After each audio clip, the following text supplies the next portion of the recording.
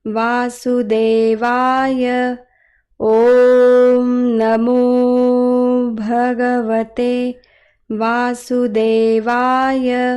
ॐ नमो भगवते वासुदेवाय। ॐ नमो भगवते वासुदेवाय। ॐ नमो भगवते वासुदेवाय। ॐ नमो भगवते वासुदेवाय।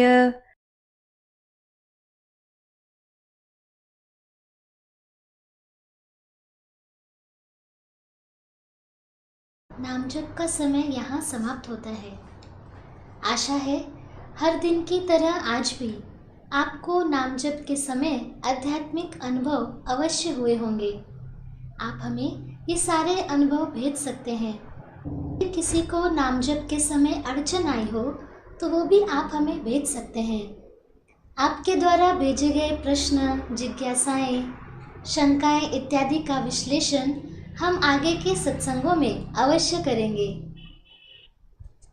भगवान श्री कृष्ण जी की असीम कृपा से आज का यह नाम सत्संग यही संपन्न होता है, ऐसा मैं घोषित करती हूँ। नमस्कार।